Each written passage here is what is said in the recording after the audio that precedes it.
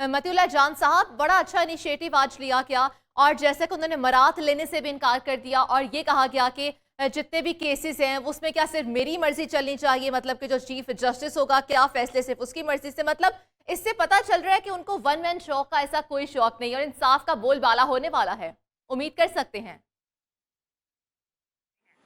जी हाँ, जस्टिस काजी फायज ईसा ने जो दरख्वास्त गुजार के वकील हैं उनसे कहा कि आप ये बताएं ये मामला मफाद आमा का कैसे है, क्या ये आपका ज़ाती मफाद है या मफाद आमा है, और अगर ये चीफ जस्टिस के अख्तियारात का मामला है तो मैं बतौर चीफ जस्टिस मैं ये अख्तियारात नहीं चाहता, आप मेरे वकील ना बने और आप ये बताएं कि आप मफाद आमा में कैसे सुप्रीम कोर्ट में आ गए हैं। और जस्टिस काजी फायज ईसा ने वाज़ेह तौर पर कहा कि उनकी राय में जो पार्लियामेंट ने कानून बनाया है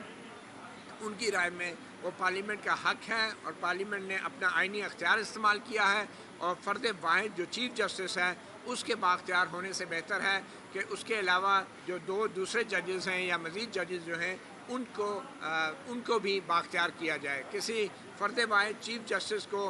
बेंचों के बनाने का अख्तियार देने से अदलिया की आज़ादी यकीनी नहीं होती। और फिर इसी समाअत के दौरान जस्टिस अतर मन अल्लाह ने ये कहा कि एक तो अदलिया की आज़ादी पर जो हमला है वो बाहर से होता है, एक अदलिया की आज़ादी पर हमला अदलिया के सुप्रीम कोर्ट के अंदर से भी होता है कि जब एक फ़र्द वाहिद चीफ जस्टिस जो है वो अपनी मर्ज़ी के बेंच बनाता है और वो अदालती अमल को और अदालती फ़ैसलों को अपने कंट्रोल में ले लेता है और वो ये फ़ैसला करता है कि कौन सा जज, कितने जज, कौन से मुकदमात को कौन सी तारीख को सुनेगा। तो जस्टिस अतर मन अल्लाह ने भी आज बहुत ज़बरदस्त ऑब्जर्वेशन दी है और जस्टिस काजी फायज ईसा ने उनकी हिमायत की है और कहा है कि अगर ये कानून ना आता तो उससे पहले एक फ़र्द वाहिद चीफ जस्टिस जो अपने ये अख्तियारात इस्तेमाल कर रहा था, ये बुनियादी तौर पे सुप्रीम कोर्ट के अंदर से ही अदलिया की आज़ादी पर एक बड़ा हमला था।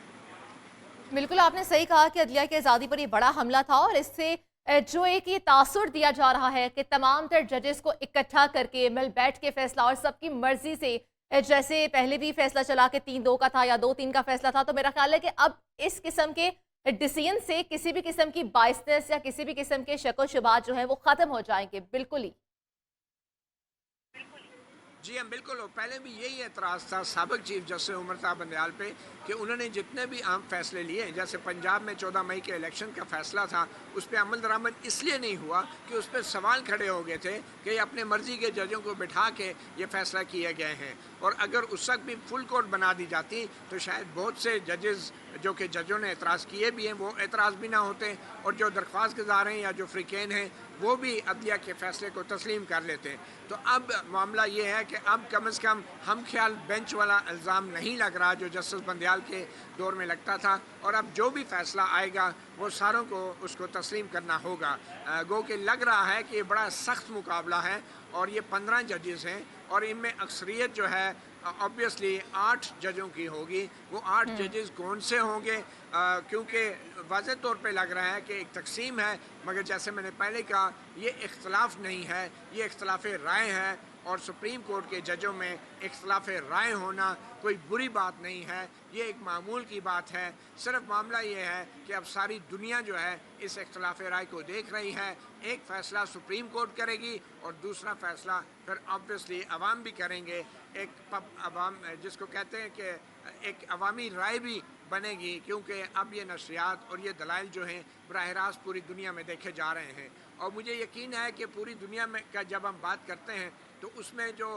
ओवरसीज़ पाकिस्तानी हैं, ख़ास तौर पे बैरून मुल्क के लोग हैं और फिर ख़ास तौर पे इंडिया के जो लोग हैं बड़ी तादाद में सुप्रीम कोर्ट ऑफ पाकिस्तान की इन नशरियात को बहुत गौर से सुन रहे हैं और देख रहे हैं, जबकि इंडिया में पहले ही सुप्रीम कोर्ट एक तवील अरसे से अपनी नशरियात को उसने लाइव स्ट्रीमिंग किया हुआ है, टीवी चैनल पे भी दिखाई जाते हैं। आज की जो जितनी भी कार्रवाई थी इसमें सबसे बड़ा जो अब मसला हमें सामने नज़र आ रहा है वो ये है कि चीफ जस्टिस काजी फायज ईसा जो है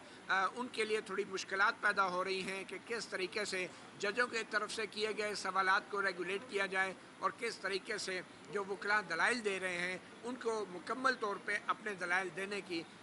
जो है माहौल फराहम किया जाए। और ये सबसे बड़ा चैलेंज है क्योंकि हम दिए जा रहे हैं वो अपनी पूरी की पूरी आज़ादी के साथ दलाइल दे रहे हैं। और आपने एक बात बहुत अच्छी यहाँ पर की कि इख्तलाफ राय ज़रूर हो सकती है लेकिन उसमें धड़ेबाजी और इख्तलाफ ऐसा कुछ भी नहीं हो सकता। تو یہاں پر آپ کو بتائیں کہ chief justice of Pakistan justice قاضی فائز عیسیٰ نے مثال قائم کر دی ہے. چیف جسٹس نے پروٹوکول اور بلٹ پروف گاڑی لینے سے بھی انکار کر دیا. سپریم کورٹ آمد پر گارڈ آف آنر بھی نہیں لیا گیا ان کی جانب سے. آپ کو بتائیں کہ چیف جسٹس قاضی فائز عیسیٰ نے مثال قائم کر دی ہے. کسی قسم کا کوئی پروٹوکول نہیں لیا گیا, کسی قسم کی کوئی بلٹ پروف گاڑی نہیں لی گئی, اور ایون کہ گارڈ آف آنر جو ان کے اعزاز میں پیش کیا جا رہا تھا انہوں نے اس سے بھی انکار کر دیا کہ اپنے اپنے کام آپ صحیح طریقے سے انجام کریں. اس قسم کے جو پروٹوکولز ہیں ان کی کوئی ضرورت نہیں ہے.